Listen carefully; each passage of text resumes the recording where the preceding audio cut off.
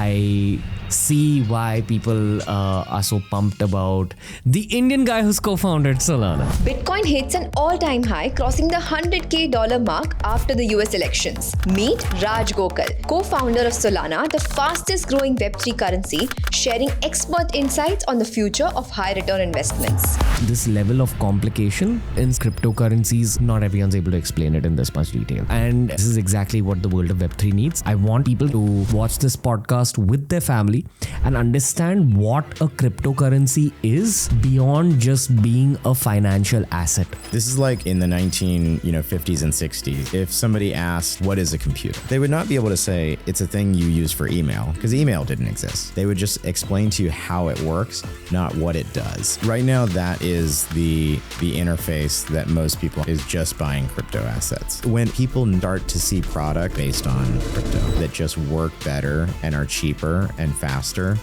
and bring value to their lives, they're not going to ask, what is crypto? They're just going to say, what is crypto giving me? If we dial back to the early 2010s, when a Bitcoin could be bought for a few dollars. So anyone who bought it for a few dollars back then has become exponentially rich today. Exactly. What makes me sad is that the whole world is very excited about crypto and blockchain and the future of the internet. And my own country is extremely skeptical about this. Our largest hacker houses are in India. They're huge. The future of crypto looks pretty bright, and I think that in the next market cycle, it's very possible that the Indian government will have to take notice. What have Trump said about cryptocurrencies? Trump has said that he's very supportive. He's launched crypto projects himself. Entrepreneurs in the US are cautiously very optimistic about the US regulatory environment improving. This year, many of our wildest dreams came true.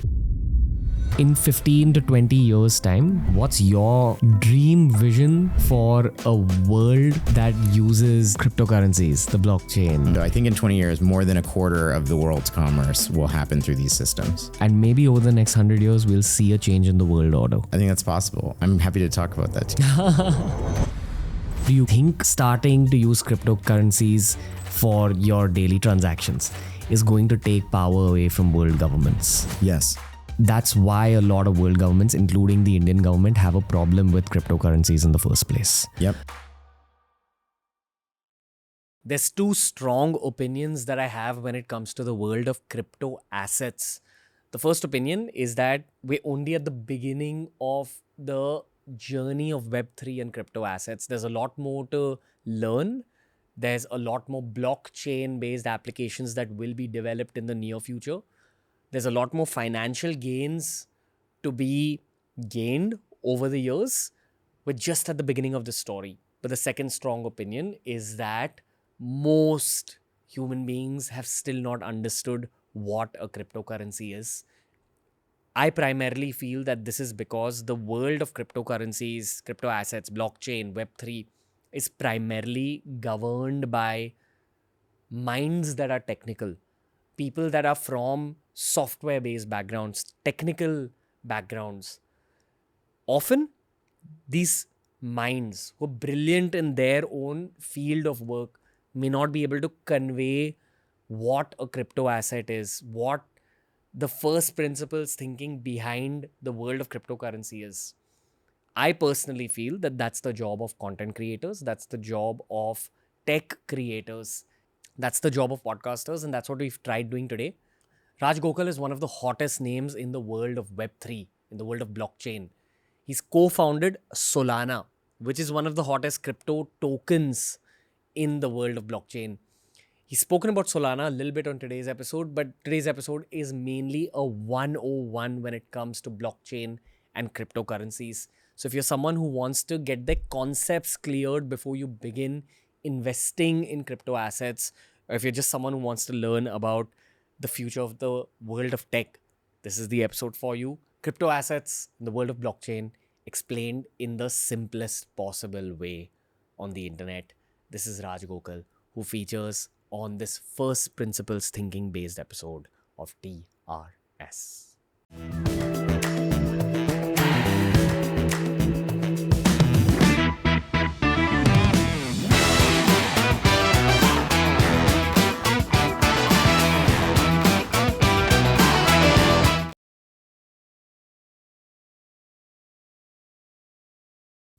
Raj bhai, India's super proud of you. That's where I'll begin. Oh, thank you. How are you, bro? I'm good. How are you? I am looking forward to learning about cryptocurrencies once again from you. I'm looking forward to learning about Solana, and I'm looking forward to dispelling some of the myths that the Indian population has about crypto, because if we bring up cryptocurrencies in India, it's met with one of two reactions. The people who understand tech get very excited about having conversations about blockchain, and cryptocurrency and Solana and Matic and all these other currencies. And then there's a whole other side that's very old school, that's very skeptical. So I personally believe that one should approach problems like these from a first principles thinking perspective. But the equivalent is that horse based travel is now going out of the world and it's getting replaced by cars. And my country is not accepting the reality of cars. That's what I sense.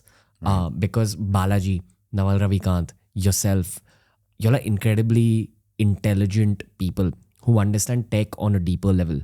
If anyone visits any international conference, cryptocurrencies are always a topic that's brought up. But it's almost a taboo to bring it up in India. I want to begin this conversation from that standpoint. So I believe it's something along the lines of very intense tax laws related to crypto. Basically, the tax laws are constructed in such a way that it's difficult to invest in crypto, and if you make money off of your cryptocurrencies investment going up, that's taxed heavily as well. Yeah. I'm giving you a very rudimentary explanation here. But everything from laws to conversations are discouraged. The only people who encourage any kind of angle on crypto in our country are the people within tech who understand what's happening. So my solution as a media professional is try breaking it down in simple words so that people can watch this podcast with their family and understand what a cryptocurrency is beyond just being a financial asset. Because that's how 99% of India understands cryptocurrencies. So let's start with this financial asset part. An uncle or an auntie purely looks at cryptocurrencies as a place to put some of their money. And if they put it in the right cryptocurrencies, maybe that money will grow.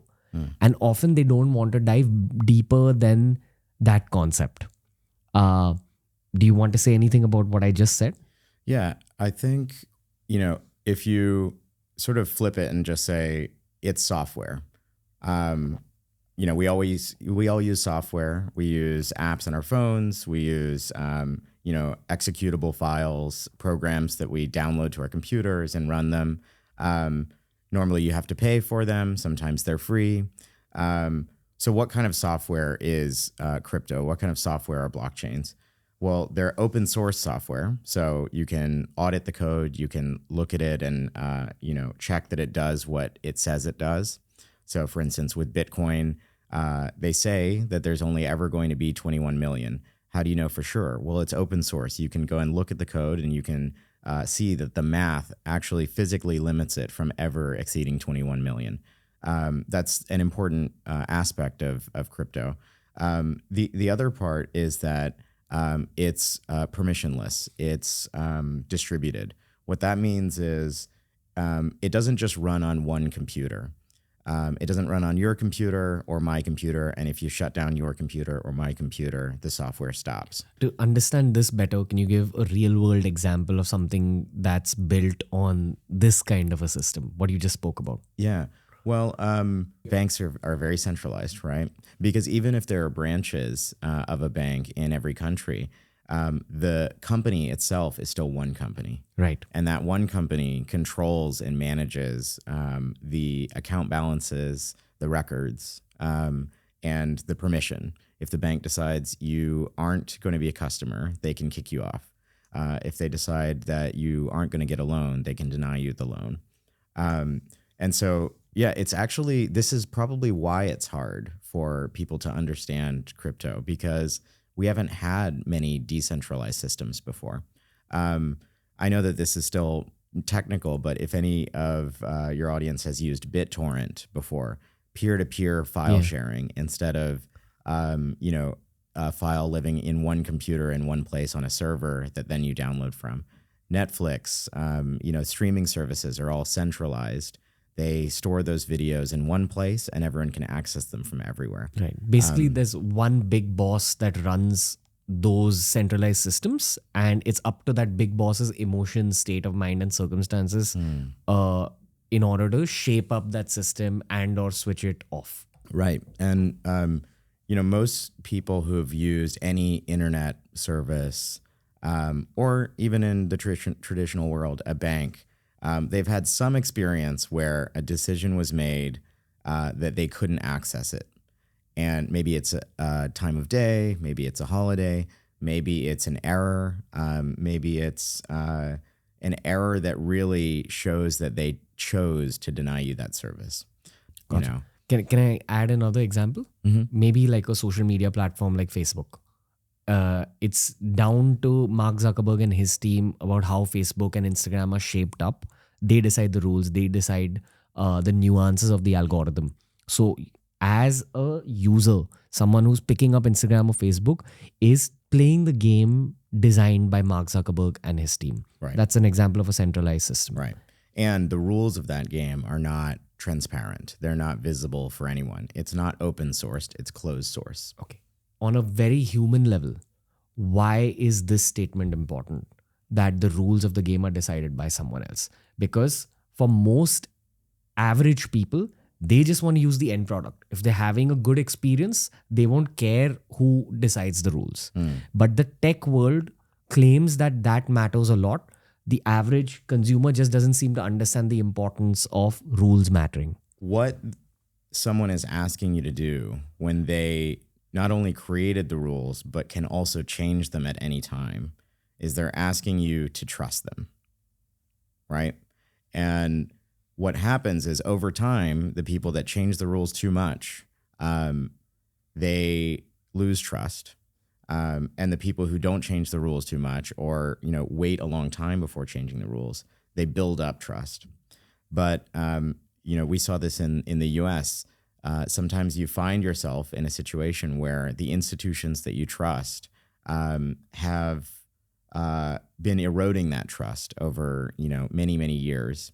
In the case of the US, there were just bad loans being given out and they weren't being accounted for correctly.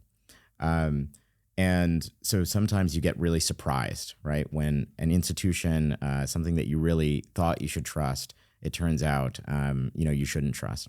Also, when you have these centralized, trusted organizations and they're not governments, the government can always come to that person that everyone trusts and ask them to behave differently. And they have a monopoly on violence. The government can decide that person can go to jail if they don't play by new rules, if they don't reestablish new rules. It's a central point of failure and control, right? It's like a government going to a leading journalist who runs a news media portal and saying that, hey, you know what? You can't show this and you should show all these other things. Right. That's a great example of a centralized system being twisted by a government in order to suit the narrative of the big boss at the top. Right.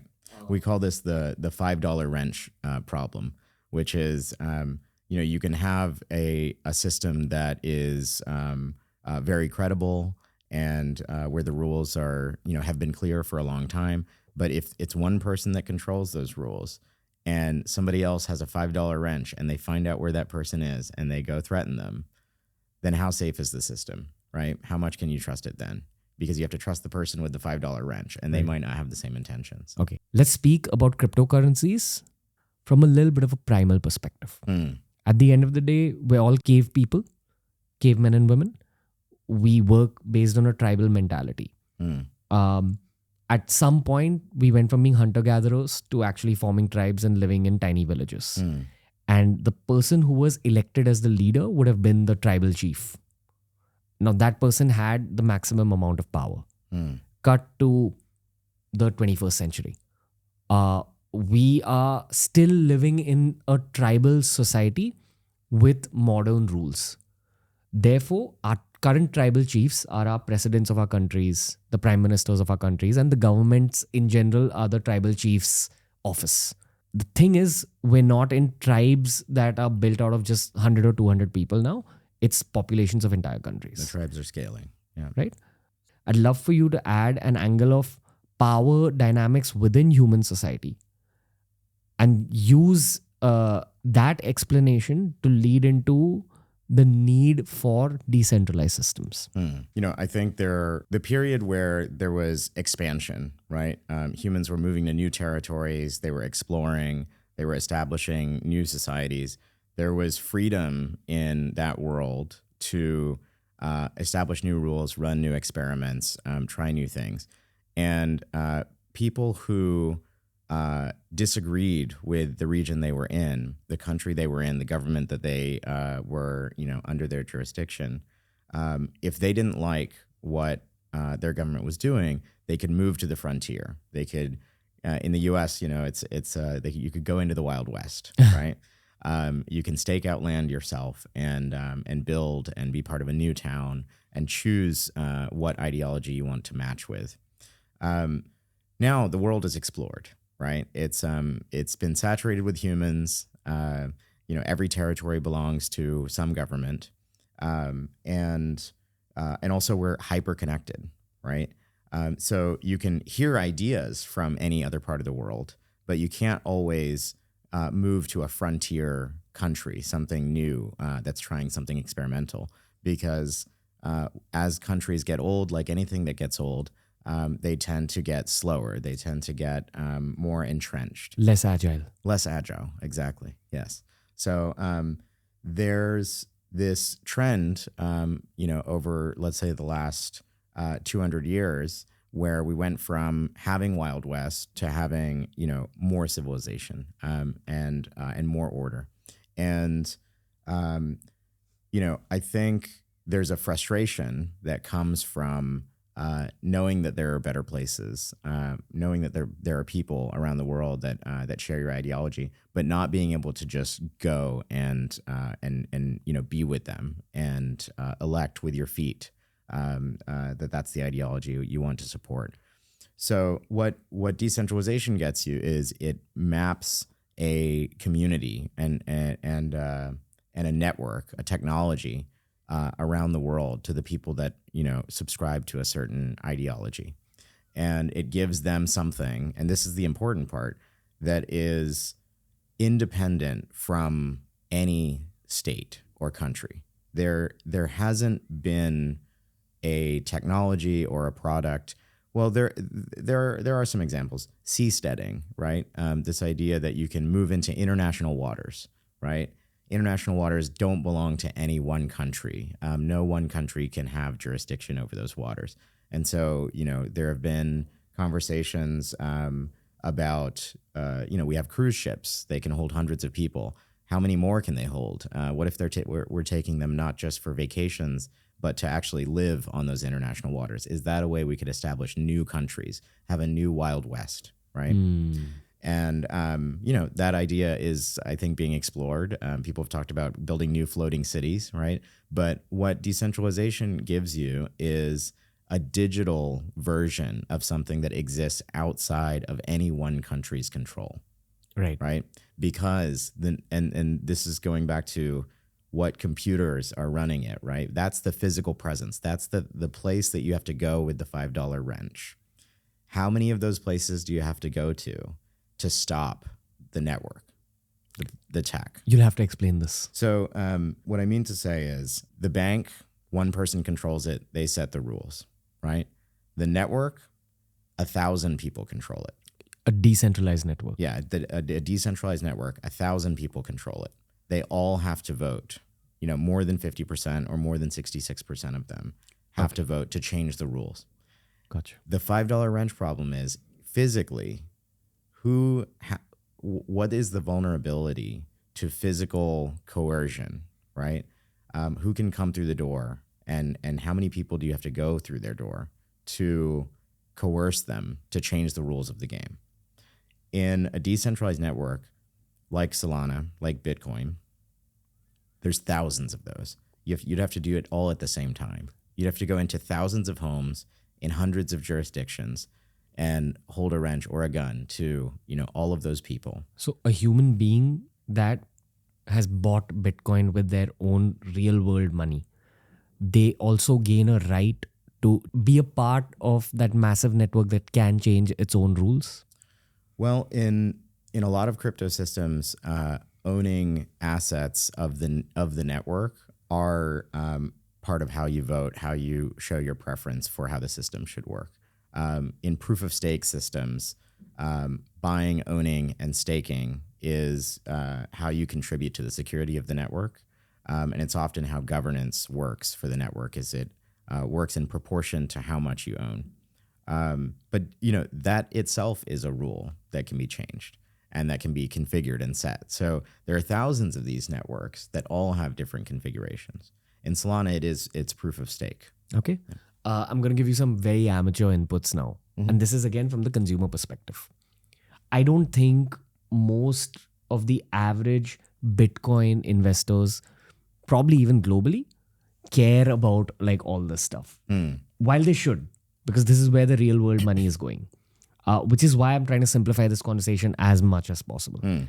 The average human being is only concerned with the fact that the money will either grow or not grow. Yeah. People have also realized that, yes, there are certain cryptocurrencies that can be trusted, and there's a lot that can't be trusted as well. Which is why it's a difficult conversation to navigate. Because even while you speak, I have to constantly speak on behalf of the government. I'm trying to understand their perspective here as well. Why don't we kind of dial back to 2010 when a Bitcoin could be bought for a few dollars? And today, I don't know what's the value of one Bitcoin as we speak. Yeah, it's tens of thousands of dollars. Yeah. Right? So anyone who bought it for a few dollars back then has become exponentially rich today. Yeah. What were you doing in 2010? Speak from a human perspective. And the first time someone ever explained cryptocurrencies to you, how did they explain it? Because the tech world always seems to know about what's going to happen in the near future, and they utilize that knowledge as leverage in order to build wealth. But someone had to have come to you and say that, I'm assuming, Raj, you're a coder originally. Yeah, I code, I design, but mostly I do like the business side. Right? Yeah. Let's go back to you being a teenager. Yeah. Someone taught you how to code, right? You learned. Yep. Maybe you built a few applications. I learned on the internet from other people around the world. Yeah. Right? You worked, and then at some point, someone came and said to you that, hey, you know what? Cryptocurrencies are going to be the next big wave in the world of tech. Yeah. I was in health tech. I was in, biomedical sensors. Now the Apple Watch has, so many health sensors in it. It can tell you your oxygen saturation and your heart rate and your heart rate variability, and it can tell you how well you slept. Back then, that technology was just starting. The wireless protocols to enable it were brand new. And so, I spent 7 years of my career building those sensors, building software for those sensors. And what I noticed was that it was very slow to be able to get these things to market because of the regulation, And again, this is rules. It's rules that are set by individual people in government, right? And in the U.S. government and most governments, you can add more rules, but you rarely take them away. And the more rules you add, the slower and the less agile the system gets. So, in healthcare in the U.S., I always say it was like running in quicksand. It's like running for your life, but you're in quicksand. Your legs are just getting buried deeper and deeper and deeper. So it's not decentralized and it's not agile. It's a part of the economy that really staves off innovation. At that time when Bitcoin came up, all the best engineers that I knew that had chosen to put their time in that very difficult regulated industry to create a positive impact in the world in health tech, they all started paying attention to the white paper, to the learnings about how that technology would work, and to the very tiny little financial markets that were starting to trade this fake internet money, this new asset. And when they explained it to me, it was very technical. It was a lot of, big words about cryptography and encryption and decentralization and all the things that are still confusing. But the part that that clicked for me is, all the way back to the Wild West, when you got to a small town, there was always somebody who said, I'm going to be the guy that sits at the desk and records everyone's balances. And if you want a loan, you come to me and I will make sure I record how much the loan is. I'll make sure I record how much you owe. I'll make sure I take those payments. And if you want to store money with me, I will keep the records of that money, of your balance, right? And that was in the West, that was the first trusted bank-like organization, right? But often it was like in an encampment, literally a guy just at a desk. And what did that guy do? He would take a spread, right? He would, lend at a little bit of a higher rate than what he was taking deposits at and paying out. And that's how he made money. And Bitcoin was the first time that there was no desk. It's just software that does all of that tracking. What does it track? The movements of this new asset that is like gold, which is what they were using in the Wild West. It was mostly tracking ounces of gold. Right. Now you have digital gold, and instead of one person that is trusted by everyone to keep track, that's taking a percentage, you have software that can't be corrupted because it runs in so many places. Gotcha. And engineers in Silicon Valley got very excited about this concept because they knew that if it worked for gold, it could work for many other things, any other type of asset, and it could work for programs. It could work for all the things that banks do, which is very complex. They have many, many products and services. And so another big word that got tossed around a lot was disintermediation, which means that person, they were trusted. They're an intermediary, right? If you deposit with that person and then someone else borrows, you too are not transacting directly with each other. You're using this intermediary, right? So what people got excited about in Silicon Valley in 2010 was the idea that any marketplace could be disintermediated. You could turn it into a protocol, turn it into software, turn it into something that nobody needed to trust because it runs everywhere and it can't be corrupted. Okay. Again, so if we dial back to the early 2010s, amongst Silicon Valley engineers, they all were possibly facing problems which are parallel to the problem you faced in health tech, where you're like, hey man, the government is just too slow. I won't be able to build this technology and or this product and or this business quickly because of government regulation. And that's the first time you hear about Bitcoin. And there's a lot of other engineers like yourself who heard about Bitcoin. And y'all kind of understood this technology on a more technical level, saw the potential in it, and decided that maybe all of us should buy a bit of this. That's how Bitcoin gained its initial quote unquote hype, right? And then over the years, because this was the first cryptocurrency, the value's constantly gone up. So in my eyes, there has been a little bit of a first mover's advantage that Bitcoin had. Yeah. The other angle with Bitcoin is no one knows who created it. I forgot the Japanese name. Satoshi Nakamoto. Nakamoto. Basically, all that you guys knew about Bitcoin was that one can mine Bitcoin using actual very advanced hardware. And there's a finite number of Bitcoins that can be mined according to the original Bitcoin code that was open source. So an average person can access that Bitcoin code. And if you understand how code is written, you'll understand that there's a finite number of Bitcoins. Now, you guys as that group of original Silicon Valley engineers understood this exact concept. And please interject and tell me if I'm going wrong anywhere. Well, a couple of things. One, it's not really advanced or expensive hardware. It's actually hardware you could just buy from any electronics store. Okay. And that's important because, what you want is something that's really accessible to join the network and be one of those node runners or miners. Right. Because that means it's easier for more machines to run, for more touch points, right? Which makes it more decentralized. And another point? I think, another example that comes to mind of what decentralization looks like, because we're talking about the 2010s when I was in San Francisco. I was also there when Uber was invented and started to roll out, right? And this is another example of, centralized services. So it used to be taxis. It was the government that decided how many taxis would exist in the city. They limited the number of medallions. You needed a medallion, which is permission to run a taxi.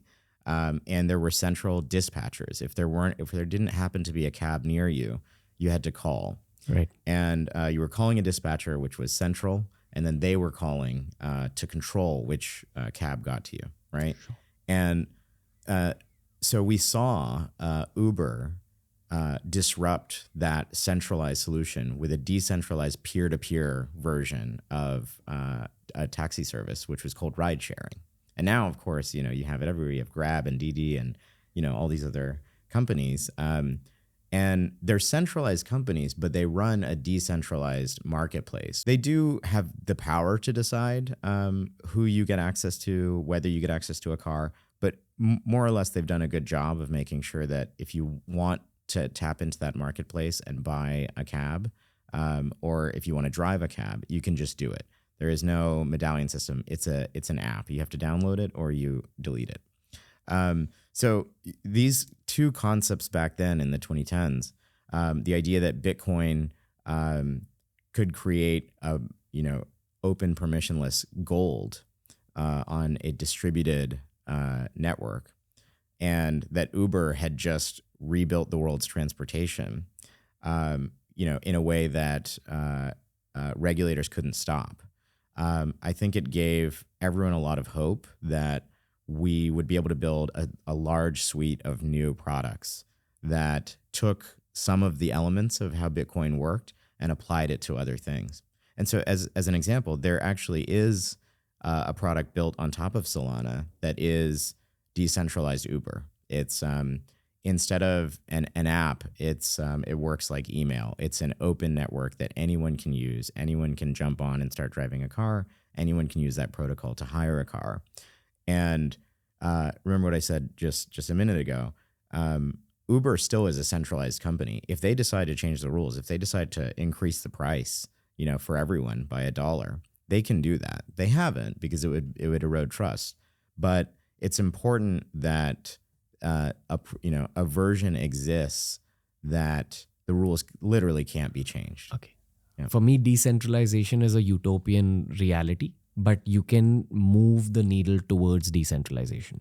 So Uber has moved a little bit towards decentralization, and the current mindset of most tech people that I meet, people in tech, is that we need to move towards decentralization from the perspective of the internet. Yep. You'll hear Mark Zuckerberg echoing this thought, Elon Musk echoing this thought. Yep. It's not something that the average person has wrapped their head around. Yeah, and often they don't care, right? They don't care about the ideal of why a type of software needs to exist. But there is one reason that I've found that people do care. Not only is it harder to change the rules when you have a decentralized network, but also the disintermediation, right? The idea that there's no intermediary anymore. It removes cost. The idea that Uber is a centralized company, it employs tens of thousands of people to enforce those rules, right? To run that operation. And that's why if you drive for a ride sharing service, you'll often lose 30, 40% of the revenue that's paid by the rider before it gets to you and before you're paid, right? So that 30% goes toward the central intermediary, the business that runs that marketplace. When you have a protocol version of that, a decentralized version of that runs on a blockchain, there is no person. The people who built it still exist, but they can quit their jobs, they can dissolve the company, and that protocol will still exist. And it charges market rate or whatever they programmed to begin with, but they can't change it. They often can't change it. So normally what you'll see is the price will be it'll be the lowest possible that users will accept, because if they don't like that price, because it's open source, anybody could just fork it. They could copy the entire thing and lower the price and then let that one go, right? And people will switch to that one. So there's more efficient pricing. There's a lack of middlemen to have to take a piece, with every transaction. It's more efficient as well. The product that I just mentioned, Teleport, it's a decentralized Uber. Drivers are getting 95% of what the rider pays, right? That 5% is what the protocol takes. So it's much more cost effective, right? And the same thing is happening with Helium. There is a wireless network, 5G network, that is, instead of a centralized company owning it and running it, it's run from hardware that people have in their homes, that they're setting up in offices. Instead of towers that a company is constructing, everyone's just using their internet bandwidth and they're renting it out, right? So it's a peer-to-peer version of a 5G network. What does that end up getting you? I don't know if this is a good price in India, but in the US, this is a good price. An unlimited 5G plan on Helium is $20 a month. That's like 1/2 or 1/3 of what the centralized versions charge. Gotcha. So this is, I think, what you're going to see more of. And I think what I'm waiting to tell stories about, right, is just products that are better, they're cheaper, they're faster, because all of this infrastructure, all of this intermediary cruft has been removed, and it's just software. Primarily speaking, again, in my eyes, the process of blockchain-based technology or going towards Web3 or starting to use cryptocurrencies for your daily transactions is going to take power away from world governments, primarily speaking. Yeah, I think that's right. That's why a lot of world governments, including the Indian government, have a problem with cryptocurrencies in the first place. Yep. But remember, the banks face the same challenge, right? When Bitcoin came up, they knew the story. They knew that that's their job, right? It's their job to maintain the ledger. It's their job to be trusted, and to and to be the arbiter of accounts. If a network can do that instead of them, it's a threat.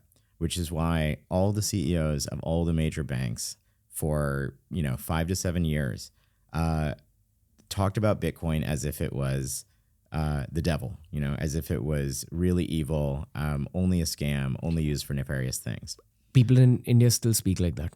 Well, in the US, you can see that every major bank now supports Bitcoin. They own Bitcoin. They offer Bitcoin products. They talk about how decentralization is a good thing because they see that their customers want it. And if they don't provide it, if they don't get on board, it's going to pass them by, and it's going to be used, and it's going to create value in ways that they're just not a part of. You saw the same story happen with newspapers and the internet, right? Newspapers would say, well, if anybody can publish on the internet, then there's no quality of information. So you shouldn't rely on the internet for your information. You should rely on the newspaper. The same problem happens with journalists and content creators. Yes, exactly. Yeah. They say content creator is lower quality. There's so many of them. They can say whatever they want. There's no journalistic standards. You shouldn't trust them. But there's a competition that's always happening for attention or money. And if the second that a newspaper realizes that their former readers are spending more time on the internet, they realize we have to be on the internet. We have to go where our users are. So banks did this. They said our users are using Bitcoin with or without us. We have to get on board. We have to start supporting it. I think we see this happen with governments too. It happens all the time, right? Argentina was anti-crypto. It's more pro-crypto. China has gone back and forth between being anti and pro-crypto. In the U.S., there has been a long period of antagonism toward crypto. In the U.S., it doesn't take the same form as it does in India, with taxes on investment and penalizing people and making it hard for them to hold it. In the U.S., it's more that there are constraints on your access to traditional banking that happen. If you have crypto-related transactions, you might find that your big bank account with a major trusted bank just gets closed. And when you ask them why, they don't really have an answer for you. But if you ask everyone around you, whose bank account just got closed, you find out it's all the ones that have been converting into crypto. So, there are a number of reasons that happens in the US. Trump and Kamala Harris said about cryptocurrencies publicly. Yeah, I mean, Trump verbally has said that he's very supportive. He's launched crypto projects himself. He's invested in crypto projects. And, I think what he talks about that resonates with voters and especially people in business is that he also has stories of, being a businessman and having unfair, oppressive regulations that slowed him down. And when you look into why those regulations exist, you don't often find a good reason. And when those rules of the game don't exist for a good reason, often they can be, they cause an unfairness that some people prosper and benefit from. What happened with Kamala is she just said, for the first time, she used the word digital assets in a speech. And she said she wants to support and promote innovation like a number of other things and digital assets. So that's the first time we've heard a really positive, sentiment from a Democratic presidential nominee. They're both saying positive things. Kamala is saying a softer version of it. Softer and slower, I would say. The reason why I'm asking you this as an Indian podcaster is because whatever happens in America trickles down to the rest of the world in the following 5 years. Yeah, I think crypto entrepreneurs in the US are cautiously very optimistic about the US regulatory environment improving. We didn't think we would see this much progress this quickly. This year, many of our wildest dreams came true. There's still a lot of work. There's more legislation needed to create clarity about what is legal and what isn't. But the top level just demeanor, the willingness to take meetings, the willingness to talk about it, the fact that they're educating themselves, they actually understand the technology. It's a level of warmth and embrace that we thought would take 5 years, 10 years maybe. When you ask, why is it wrong? Why is it illegal? Why is it, why are we pushing it out? Why aren't we fostering more of it here? It seems to be, something that smart people are getting into. It seems to be valuable. It seems to be flourishing in other countries. It can be really frustrating. But I think with crypto, in a way that I haven't seen with many other things, it has a way of getting everybody excited all at the same time. And when they all show their voice, it tests their power in a democracy, right? Because, we just saw it in the US. If enough of you say at the same time, we will vote based on this, we want this, we care about this, things happen, movement happens. Now, you could do that with anything, but it's hard. It's hard for, for everyone to say at the same time, we want nuclear power, because when do you do it? When do you say it, right? With crypto, this is, I think it's a feature of the fact that it's volatile.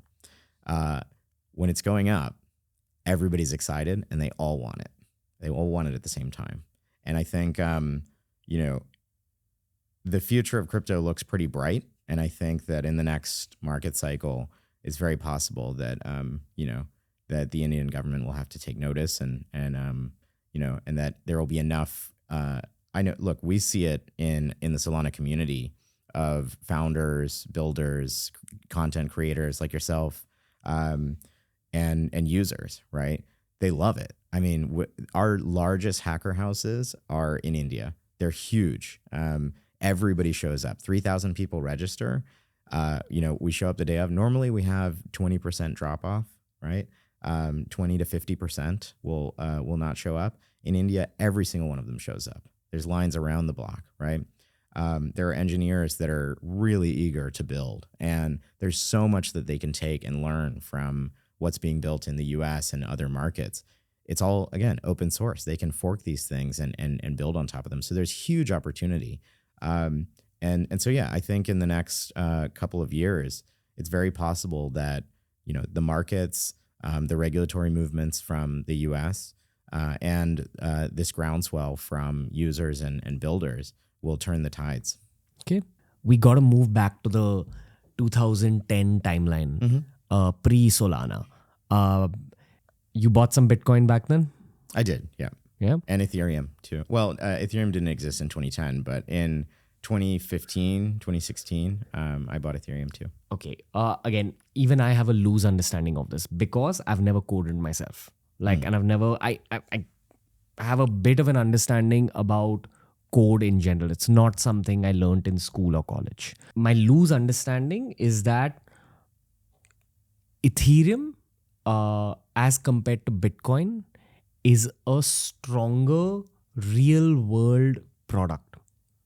And that's one of the criticisms that Bitcoin gets as well. I have a dear friend, Nikhil Kamath, of Zerodha, and he's not in favor of cryptocurrencies. And one of the arguments that he presents is that, what are you staking it against? Especially when it comes to Bitcoin. Yep. When we go back to that 2010 phase, it was a bunch of guys in Silicon Valley who said that, hey, this is a great concept. I'm going to buy it. Hey, bro, you buy it. Hey, bro, you buy it as well. Right. And a lot of powerful, intelligent people in Silicon Valley just bought Bitcoin, and that's how it gained its initial value. Now, that's not the story of Ethereum. Ethereum was the next big chapter in the cryptocurrency story, in my eyes. Please correct me if I'm wrong. Yeah, I think I would say Bitcoin's birth, Ethereum's birth, and Solana's birth were the three biggest catalysts for crypto moving forward in the last 12 years. Say if you had to explain it to your great grandparents, how would you explain Ethereum to them? And I'll begin by asking the question related to protocols. When you use the word protocol, you're saying it from a software developer perspective. It means something to you. To me as a layman, the word protocol means rules during a situation. I'm talking about the dictionary definition of the word protocol. Yeah. So let's begin there. And then let's get into Vitalik's head. He was a teenager when he was thinking about all this. Yep. What was he thinking about in the first place? But first, explain protocols. Yeah, internet protocols are not that different than how you just described them. A set of rules for a situation. One internet protocol that even every grandmother and grandfather has used is email. I think email as a protocol is a useful way to understand what protocols do and why they're valuable. What happens when you send an email? You know that it's going to reach the other person, right? How much does it cost? Nothing, right? What makes an email an email? It's you need an email address, and even that email address conforms to a standard, right? name@domain.com. And it's a lot to remember. It's a lot to understand. Back when email first came out, people were like, what is this thing? And why do I need it? I have paper mail. It works just fine. But the important thing about email is it's not like Facebook. And everybody kind of has a sense for this, that there is no company that runs email. Email is just a service on the internet that everyone has access to and availability for. And that's because it runs as an internet protocol. And as long as you conform to the rules of email, your email will be sent. Another internet protocol would be www.abcdefg.com. Yep. Right? Yep. Could you give me another example of a protocol that people would relate to? Those are the two big ones that that everyone uses, right? It's TCP/IP for internet, and it's SMTP for email. So we don't have to use all these acronyms. Email and web browsing, right? Both use protocols. Now, what Bitcoin did was it made a protocol that's open that anyone can use that is going to work for an asset called Bitcoin, which is like digital gold. And what Vitalik envisioned and pulled off is the idea that you can build, let's just start with this. It doesn't have to be one asset. It doesn't have to be one, digital gold. Anybody can create an asset, and it can be a ledger for many assets, right? So the idea of a general purpose ledger for assets that anybody can create was a brand new concept. But he also took it one step further. It's not just assets, but applications, programs, other protocols. It's a protocol for other protocols. Let's try putting metaphors in to understand it better. Yep. Okay. Have you ever played the video game Sims? Mm-hmm. Now, in Sims, one of the first things you get to do is that you get to design your houses. Now, when someone was writing the software for Sims, it went from being a thought in that person's mind into being a coded software. And then it reached our hands as teenagers. And we sat and we designed houses on Sims where we chose the paint color, the wallpapers, the flooring, etc., etc. Fair to say that Vitalik built out a software with a set of rules that allowed other coders to build applications from and to build further cryptocurrencies from. He provided the soil for other Web3 developers to build their own Web3 based applications and assets. Yeah. Anything you want to correct? Anything you want to add? What I'll add is that when they started Ethereum, it wasn't clear which applications would be the most useful first. And there were a lot of dreams about, decentralized Uber and, other marketplaces and having storage on these types of networks. The first thing that we saw, and in retrospect, I think it's kind of obvious, it was more of the things that banks do. So with Bitcoin, you can't borrow and lend Bitcoin on that ledger. You can only transfer it and receive it. Right? What's a ledger? The ledger is that record of who has what account balances and how much did they change and what transfers happen between people. And without deep diving, a ledger is unique to blockchain technology. No, if you think back to the Wild West, the guy that sat down at the table at the camp and said, "I'm going to keep track for everyone." The system of accounting that they used back then is the same system of accounting that you use in accounting today. Got it. You're debiting, you're crediting, and you're keeping accounts. But right? in this case, there's not one single centralized human being. There is a decentralized software. Right. Therefore, anyone who has access to the asset has access to the ledger as well. They can open it up and see what's going on. Yep, it's visible and transparent to everyone. Okay. So it's not under the leather notebook of the person who's keeping it. Anybody can see the entire ledger. You can't go look at everyone else's information in Facebook. Right. And in fact, Facebook decides what you can and can't see and what they give you control over other people seeing or not seeing. Right. Getting back to the narrative. You were talking about ledgers and you were explaining Ethereum and what was in Vitalik's head. Please go on. Yep. So this is where it does get really complicated for most people. But the idea that you can have a decentralized version of a ledger for not just Bitcoin, not just many assets, but also for other banking products like borrowing and lending. So you can create a peer-to-peer lending marketplace, or for, things like transferring other assets that are not just, coins and tokens, real estate, let's say the title to a car, right? Or that you can create, let's say, a version of Facebook on a ledger that nobody owns. So there's an example of this called Farcaster that's built on Ethereum, where it's open in the way that Bitcoin is. It's it's something that the rules can't be changed very easily the way that Bitcoin is, but it's a product that you can use like Facebook. It's very early, but Ethereum was the first platform that said we can launch programs that nobody can control or censor. What Solana did was, when we looked at why weren't people using Ethereum or Bitcoin, the first thing that everyone said was it's really slow. So we haven't talked about this at all yet, right? When you say using Ethereum or Bitcoin, you mean from a software developer perspective? Using applications on top of them. So let's say there's a borrowing and lending protocol on Ethereum.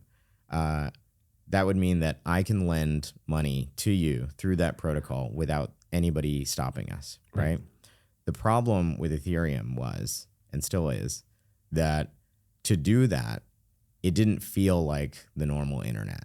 When you clicked, when I clicked, it was taking many minutes, right? Gotcha. It just took, it's like dial-up internet. The layman understands Ethereum, Bitcoin, Solana, all these as financial asset classes. And that's it. Mm-hmm. People don't dive this deep into cryptocurrency. Right. Someone who understands software development will definitely see it as a financial asset, but will also view it in this light, in the fashion that we're talking. Yeah. Again, I don't know if one can build applications using Bitcoin. I don't think. They've added that functionality to Bitcoin now. Who's added it? The community of people that run the network and that build and upgrade the software that Bitcoin runs. People who own a large amount of Bitcoin? Not necessarily, but often they are. Yeah, they are people that have been early in Bitcoin and hold a lot of Bitcoin and care about its future. Those are people that are going back and saying, what can we add on top of that ledger? But it didn't start that way. In my eyes, this is a bit of a centralized body. They have to get any changes that they all agree on and build the software for. They have to get them approved by 51% of all the people running the network, the miners. How do they communicate with each other? Over other internet protocols and the way that we all communicate with each other. They do it on Twitter and on message boards and other social media platforms and in person at conferences. Okay. Who organizes these decision-making events? So there are foundations that have been established for the Bitcoin community in ecosystems like Solana. You see the same thing, but there's also the Solana Foundation. Bitcoin? Yeah. In Bitcoin, I think there is a Bitcoin Foundation. Really everyone in the industry has a stake in what happens with Bitcoin. Everybody cares, right? But practically speaking, from a human level, say I own, I don't know, man, 10,000 Bitcoins and you own 10,000 Bitcoins and he owns 10,000 Bitcoins. And we see Ethereum and Solana doing their thing and we realize that, hey, we need to use Bitcoin to build other softwares as well.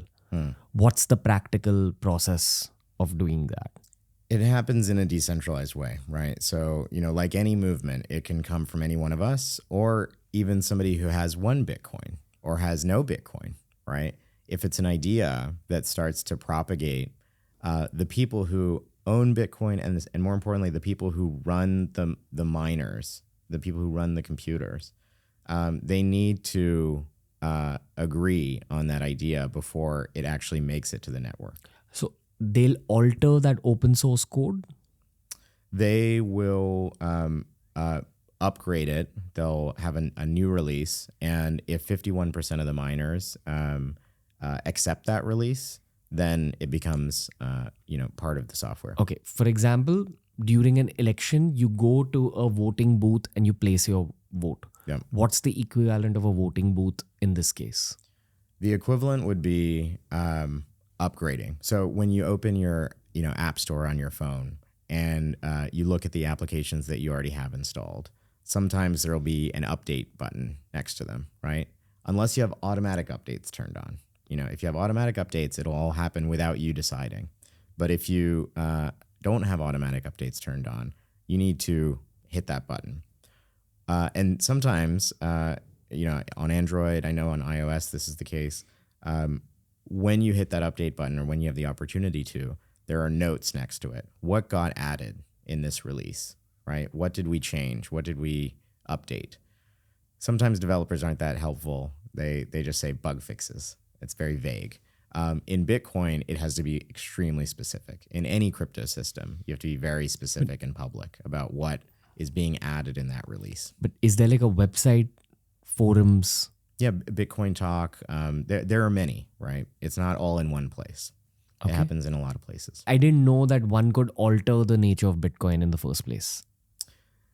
Only if the miners all agree to the change. It's happened a couple times in Bitcoin's life. There have been debates about, they're all technical things, so I don't know if we want to get into them here, but about should they try to make it faster? Should they work with other consensus algorithms? What you're explaining is the true nature of a decentralized system. What I'm not able to wrap my head around is the practical human way of doing it. So say if I'm a Bitcoin miner, Naki's a Bitcoin miner. Yeah. And over the course of 2025, we realized that, hey, we need to change this aspect of Bitcoin. How will we practically create that change? Well, because no one knows who created Bitcoin in the first place. yeah. Well, normally the way that it'll happen is you'll launch a different version of Bitcoin that just operates the way that you want it to. So, for instance, Litecoin took some of those decisions that didn't make it through in the core network of Bitcoin and the miners that operate it. And they said, it doesn't matter if the Bitcoin community and ecosystem doesn't want Bitcoin to work this way. We're going to make a new version of Bitcoin that does work this way, and we're going to call it Litecoin. And then you have a twin, right? You have a fork that the market decides if that change was valuable or not valuable and how valuable it was. So a lot of the times what will happen is these ideas will get tested. So one of the reasons that people trust Bitcoin a lot is because it really hasn't changed a lot. So I'm telling you that these mechanisms exist to change it, but it's almost not changed at all since inception. Very, very few changes, right? Okay. Again, the overarching theme in my head is that this is why the case of Ethereum and Solana has more muscle. Because you can build software on top of this. Right. In fact, I've done a few cryptocurrency podcasts. This is the first time I'm hearing that Bitcoin has been altered slightly. Yeah.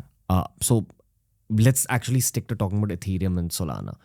Ethereum for now, because we're on that chapter. Yeah. And by the way, like Ethereum has changed, has underwent many more changes than Bitcoin. Okay. So we talked about proof of work and proof of stake earlier. Ethereum used to be a proof of work network. That means that there were miners that were using electricity to solve math problems to secure the network. And now it's proof of stake, which means that there are people who own the token and stake it and validate transactions and put that money at risk of being slashed to secure the network. The core security mechanism for the entire network was swapped out after Ethereum launched. Many years later, actually, after there were many billions of dollars passing through it. Let's speak from a layman perspective again. So an auntie who's bought Ethereum a couple of years ago and is just holding it in her mobile application, right? In India, we have like 2 or 3 big ones. She's forgotten about it because that was the narrative in cryptocurrency podcasts in India that, hey, Bitcoin and Ethereum, these two are good and safe cryptocurrencies. That's why maybe consider holding these for a long time. But does that auntie have a right to vote to change some aspect of Ethereum just because she holds one ETH? Well, the way that she would be able to do it is in Ethereum, like in Solana, who you delegate to, if you're staking, is sort of like your vote in the network. It's you saying, this is someone that I trust, that I want to, manage the security of my coins. So those applications that they end up using, the founders of those applications will have the right to actually help change the network. The founders sometimes are not involved at all anymore, right? Many of the founders of Ethereum are not involved anymore. Same with Solana. If they have a big presence in the forums where people tend to be making these changes, that can be impactful. But it's not like Zuckerberg and Facebook, right? They don't have control. They're like politicians. They need to make a case. And people listen to them more because they're the ones who built the network, but eventually they'll be dead. Do you have more power in the network if you hold more of that asset? It depends on which network you're talking about and how they're designed, right? In Ethereum, there's, other than just the fact that you're probably going to be more well-known if you own more of it, there isn't anything that inherently makes somebody more powerful in the network. You have more voting power based on how much you have staked. So, what I mentioned earlier with Bitcoin, there's 51% needed to make a change. In Ethereum, it's 66% stake needed. Same as in Solana. Explain staking. So staking is taking the tokens that you own in the network and locking them up and having the person who has the key to that lock validate transactions. So they're the ones that are, through their software, through their computer, keeping track of the ledger. And if it turns out later that one of those transactions was recorded incorrectly, then that stake will get slashed. So you'll lose some of it. If you validate transactions correctly, then there will be more tokens that are issued as a sort of a form of interest or rewards. Okay. Right. What I've understood about Bitcoin mining is that it's based on having hardware whose power you use in order to mine Bitcoin, right? Basically, if you use your real world money to buy a good quality computer and use it to mine Bitcoin, you might be able to get a Bitcoin from that process of mining. When it comes to Ethereum, you spoke about incorrectly or correctly Validating transactions. On a human level, is that based on your capability, your skills? It's based on running the computer effectively. Yeah. And not actively trying to corrupt the commerce that's passing through that node. Right. So if I were malicious, I would augment my copy of the software to do something like create a double spend, which means I'm simultaneously recording a transaction where money is passing through, but I'm landing that money in two places at once. I'm basically copying the money. This is the entire point of a ledger. You don't want to have balances that don't adjust accordingly when value moves from one account to the other. So by doing that, if you can create money out of thin air, you can steal money out of thin air, right? What validating accurately means is you are not being malicious. You're not creating double spend attacks. You're not making errors in the ledger. So that's what it means to validate. Okay. Yeah. We went really deep. It's hard. It's really hard to explain these things in any other way than the terms that they're defined in, because it's just finance. It's complicated. My job being a media professional is to always simplify complicated things. Yeah. And this is one of those, not this conversation, but generally speaking about cryptocurrencies is one of those situations which even I'm not able to simplify completely for the audiences. Yeah. And I do this for a living. I think this level of complication is why, like, the average layman doesn't have complete trust in cryptocurrencies yet. Who would listen to a podcast this long unless you're actually a tech person or you really want to dive deep and this is like the step one? Yeah. Well, I think, there's a reason that I haven't done a lot of podcasts like this. And I think there's a reason that, a lot of people in crypto have kind of stopped trying to explain it in a clever new way. Look, it's been, 15 years. If there was a clever, simple way to explain it to someone who has no idea what it is, we would have found it by now, Honestly, even I find it hard to like explain this because it's a very detailed, layered concept. There's too many terms. Right. Which is why even I have to boil down many of my conversations to the consumer side of things, which is basically that, hey, which cryptocurrency should I buy in order to become richer? Well, I think, right now that is the interface that most people have to crypto is just buying crypto assets and just speculating, right? And I think this is like if in the 1950s and 60s, if there was such a thing as podcasts, if there was internet, if somebody asked, the people behind Intel and some of these other early companies, like, what is a computer? Explain to me. They would not be able to say it's a thing you use for email because email didn't exist. They would not be able to say, it's a thing you use for web browsing because web browsing didn't exist. They couldn't even say it's a thing that you use for, painting digital pictures because people didn't understand what is digital, what is a picture, or how could you have a picture that's not physical, right?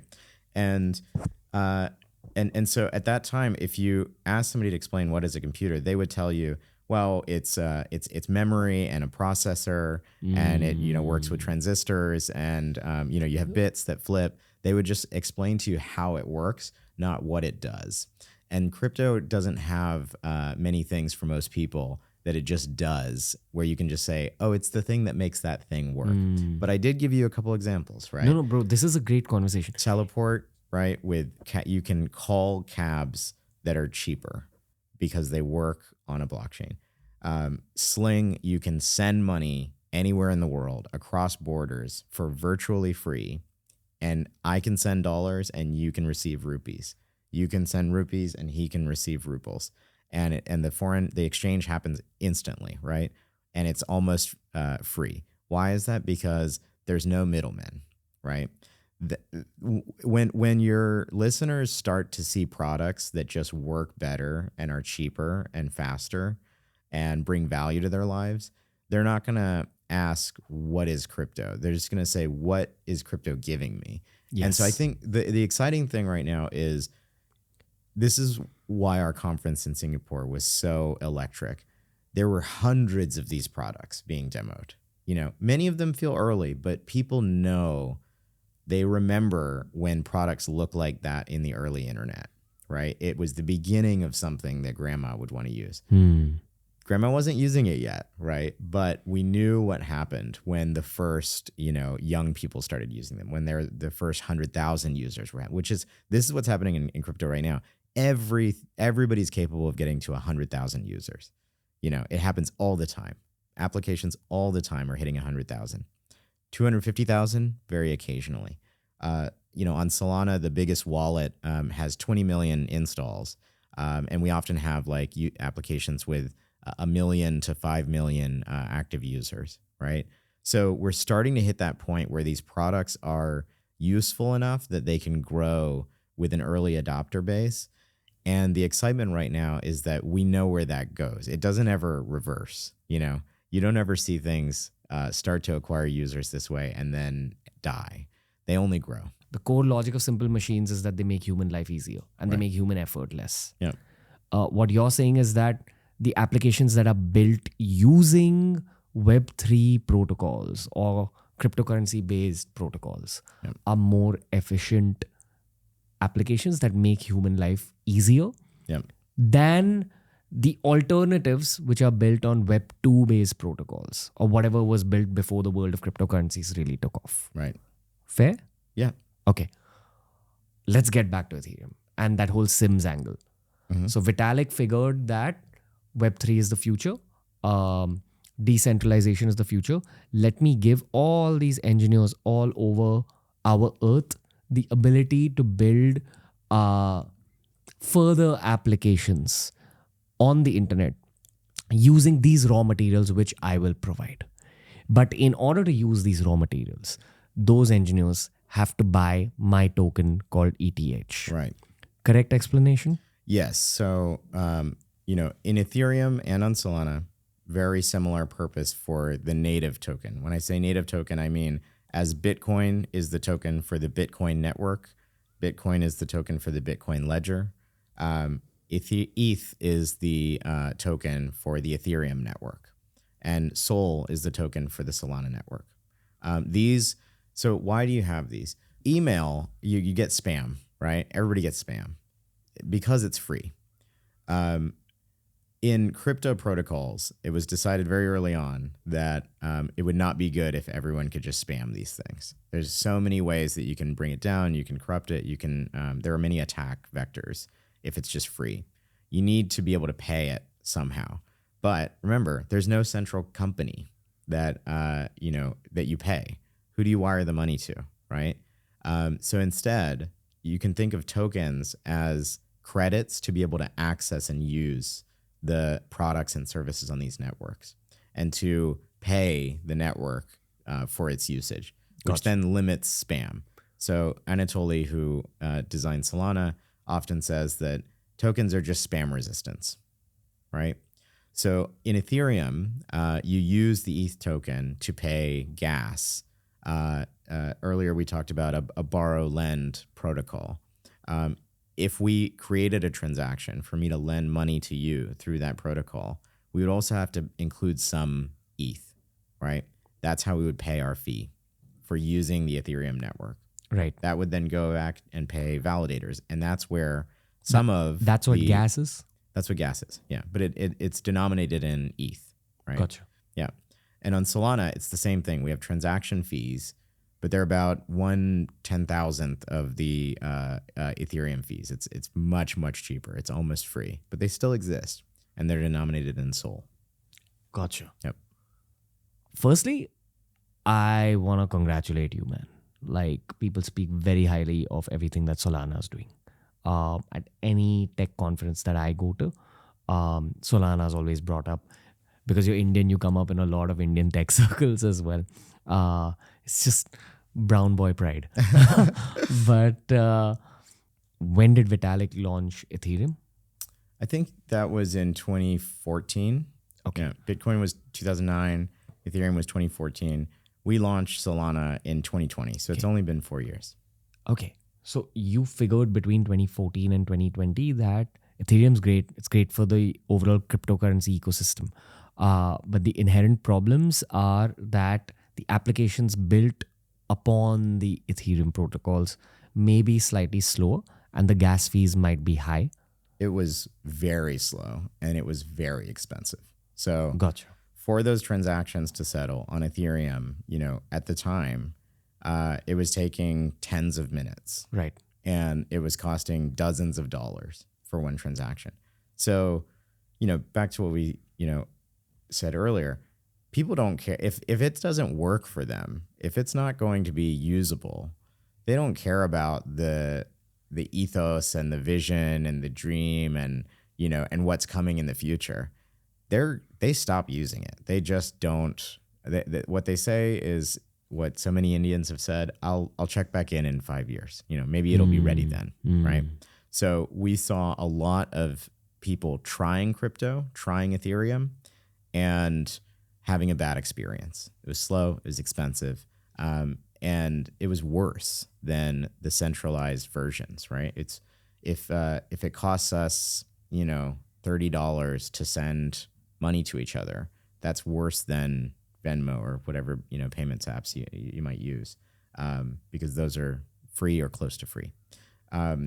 So what we did with Solana at the time, scalability and cost and latency were the biggest problems in crypto. Everybody knew that they needed to be solved.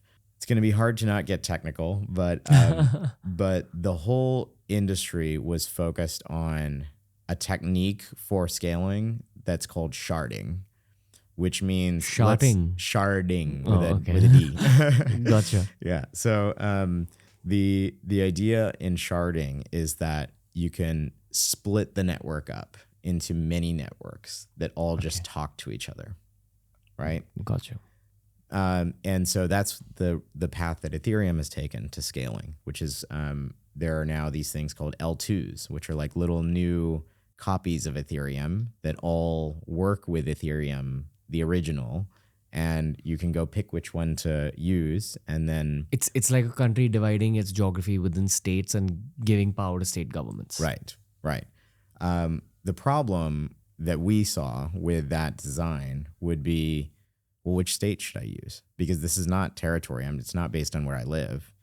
Should it be based on the logo, the color, should it be based on use cases? Do we do all of our borrowing and lending in one state and all of our payments in another state? How are we going to avoid a problem where too many people are in one state and it gets slow again and it gets expensive again, right?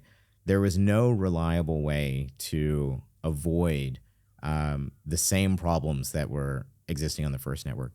So what we said is we have to scale one network, and it has to be fast and cheap and non-sharded, not non-divided. There are many ways to say it, but we use the word single global state machine. It's one set of state. It's not divided. Why this is beneficial is, as a developer, there's one network that you build on. If you have an account, you're not asking which state am I in. There's one network. There's one state. If there's a borrowing and lending protocol, it happens in that one state. All of it's happening in that one state. And so the more borrowing and lending you have, the more efficient of a market you have, right? Because there's many more bids, many more asks, many more borrowers, many more lenders to compare against. So the pricing gets very, very tight and efficient. That was really important. The same is true of something like payments. You don't want to have a payments app where I have to ask what state you're in before I can send you. I just want to know that your address is in my state, right? Right. So these principles were ones that we said we will not deviate from them, and we'll find the way to make this a performant, fast, cheap network. And I think it's a whole other podcast to describe like how we did it and what principles got us there. But I can just say this, that in 2019, the last time I came here to Singapore, nobody believed us. And we were running out of money in the multiple year effort to build this system the way that we had described it. And we needed money to give ourselves multiple shots on goal to actually launch successfully. And we told everyone in the industry what we were doing, what we were building, the progress we'd made. And we were just a few months away from launch, and we just needed a few $1 million. Not to get there, but to be confident that we would have enough afterward to just follow through. And we got $0. The last time I was here in Singapore 5 years ago, I probably had 200 meetings and got $0. Nobody believed it would work. And if it did work, nobody believed that we could eat into Ethereum's market share because it was so strong. They had 100% of the market. Everybody used Ethereum, and it was. And you're targeting the same customers from a software development standpoint. At the time, yes, but now new developers come from many walks of life, and and I talk to builders all the time that tell me they wouldn't be building in crypto if it weren't for Solana, which means to say they didn't decide, oh, let me go build on Bitcoin or Ethereum, or let me go build in crypto, and then they got sold onto Solana, which means we're competing. It means they see what is now possible with Solana being so fast and cheap, kind of like broadband internet, right? There were some people that probably had the idea for YouTube and video streaming, but when dial-up was the internet that everybody had, and it was 56K, it would take 30 hours to get a 10-minute video downloaded. It just never made sense. When broadband rolled out, it made sense. You could have instant streaming and instant buffering, right? And so this whole, new wave of companies got built based on that unlock. That's what we see with Solana right now. Gotcha. And everything that we spoke about Ethereum, where Vitalik's mind created the tools for other developers to develop Web3 based softwares. The basic skeleton is the same, but the product is more efficient, quicker, way cheaper. Yep. Far faster and cheaper and more scalable than Ethereum. So just to put context around that, Ethereum, the original network, right? Not the many states built on top of it, but the original state. And Bitcoin is in this category too. Bitcoin can do about 7 transactions per second globally. That's it. If it's more than that, then the fees will go up or it'll get slower. With Ethereum, it's about 14 transactions per second globally. If it's more than that, fees go up, the gas goes up, or it gets slower. Solana has been, we've seen it with real transactions from real users hitting 10,000 transactions per second. Gotcha. And it's capable of much more than that. Way, way faster and cheaper. Got it. Again, on a primal level, I look at software development like sculpting. And the more skilled you are as a sculptor, the better your sculptures will be. The more skilled you are as a software developer or as a collective unit, the more fine-tuned, more efficient your software will be. So you guys, as the co-founders of Solana, have been able to sculpt something very efficient. It's a good quality product. And for a developer to be able to use Solana's raw materials to build their own applications, they have to buy into Solana through the tokens, right? Now, again, from the consumer perspective, Solana is simply an SOL that they see on their cryptocurrency exchanges. Right. But this is what's happening in the background. Yeah. What's happening in the background is that the asset they're seeing is the credits that can be purchased to pay the fees to launch applications on the network or to be a user of the actual network itself, use applications on it, send money on it, do borrowing and lending on it, do trading on it. So when you're a user on a centralized exchange like Binance or Coinbase, you're not actually interacting with applications on the blockchain. You're interacting with something that's like Facebook. It's a centralized service that takes your money and says that it's buying Bitcoin for you, right? Or says that it's buying Sol for you. You're not actually buying Sol. This is important because if you remember, Thank you. If you remember FTX, sometimes those trusted central entities are not doing accounting in the right way, and it can be really bad. So there are actually decentralized versions. There are protocol versions of these crypto exchanges. On Solana, there's Jupiter, there's Orca, many products that that serve the same purpose as Coinbase or Binance, but you're interacting with the network directly. Importantly, that also means you're custodying your funds yourself. So only you can move your funds. And if the exchange goes away, you still have access to them. Gotcha. Phantom is the biggest wallet on Solana. It works as a browser extension. There's a mobile app. When you set up that mobile app or that browser extension, you'll get a key, a passphrase. And that is the thing that determines your ownership of that wallet. That's the thing that determines who's able to move those assets. So if you're the only person who has that phrase, you write it down, you're the only person that can move your assets. So in that moment, right, when you go from bank account dollars to an account balance in Coinbase or Binance to withdrawing into your wallet, that's the moment you've entered the blockchain. That's the moment you've actually started using crypto protocols. Gotcha. And it might not make sense or feel natural the first time, but as you do it more and more, and you see that on the self-custody side, you can do whatever you want. There's never a surprising, error. There's no man in the cloud that says, you have to stop now. We're closed. There's no person that says you used the wrong emoji in your, message with your payment. We're going to halt your account for 3 weeks. That never happens on this side.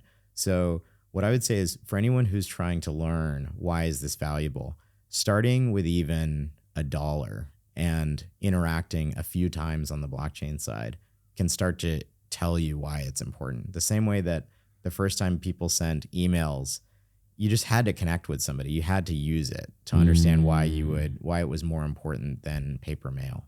And so this actually brings me to another point. How do you get started? Most people get started because they're given crypto, right? So I do this all the time. I'll do this with you if you like. Set up the Phantom app and I'll just send you some. And then you don't have to go through any of that, centralized exchange stuff. You can just get started with a gift. Okay, I appreciate it. No one's explained cryptocurrencies in this much detail and with this much clarity on my show. And I've heard a lot of crypto podcasts online. Often, I've not been able to keep up with many of them because of the terms used. These kind of conversations with metaphors and more basic terminology is the need of the hour, in my eyes, as someone who works in PR and media. Because this is exactly what the world of Web3 needs, in my eyes. Well, you're doing a great job with it. You ask great questions. It's a compliment to you, bro. Yeah. It's not me. Because the same questions go out to a lot of people. Not everyone's able to explain it in this much detail. So thank you, my man. Thank you. I see why people are so pumped about the Indian guy who's co-founded Solana. So congratulations on the success. If you could answer my final question in 3 sentences, that would be great. Because I feel when you give the sentence restriction angle, the truth comes out. Sure. In 15 to 20 years' time, what's your dream vision for a world that uses cryptocurrencies, the blockchain, et cetera, et cetera? So today, the way the financial system and marketplaces work, between 2 to 30% of all commerce goes to the intermediaries. I think in 20 years, more than 25% of all marketplaces, all finance, all trading, all borrowing and lending, all payments will be happening, hopefully on Solana. I think that's very possible, but on crypto-based networks where there are no intermediaries. And that 2 to 30% will go down to almost zero. And I think it's going to be very refreshing to go through all the commerce that you do in stores, with your friends, with product and service providers, for a day, a week, a month, a year, and realize that this is what it means to actually transact freely. Intermediaries are friction. And so I think in 20 years, more than a quarter of the world's commerce will happen through these systems. And maybe over the next 100 years, we'll see a change in the world order. I think that's possible. I'm happy to talk about that too. I mean, when people really can do what they want with the value that they've earned and can control, and they can do it in large numbers, it can affect big changes. There's great strength and power in numbers. And the other thing that intermediaries do, in addition to extracting value, is they exert control. And they can do it subtly, right? The way that you described how regulation is operating with crypto today, little taxes, just a little hurdle that they put in front of you that stops you from doing the thing that you were going to do otherwise. When all of that is removed, it lets people coordinate in much larger groups because it's frictionless. It doesn't cost them anything to do it. We've seen this in crypto in smaller numbers, millions of people. We've seen it in traditional financial markets with things like, meme stocks.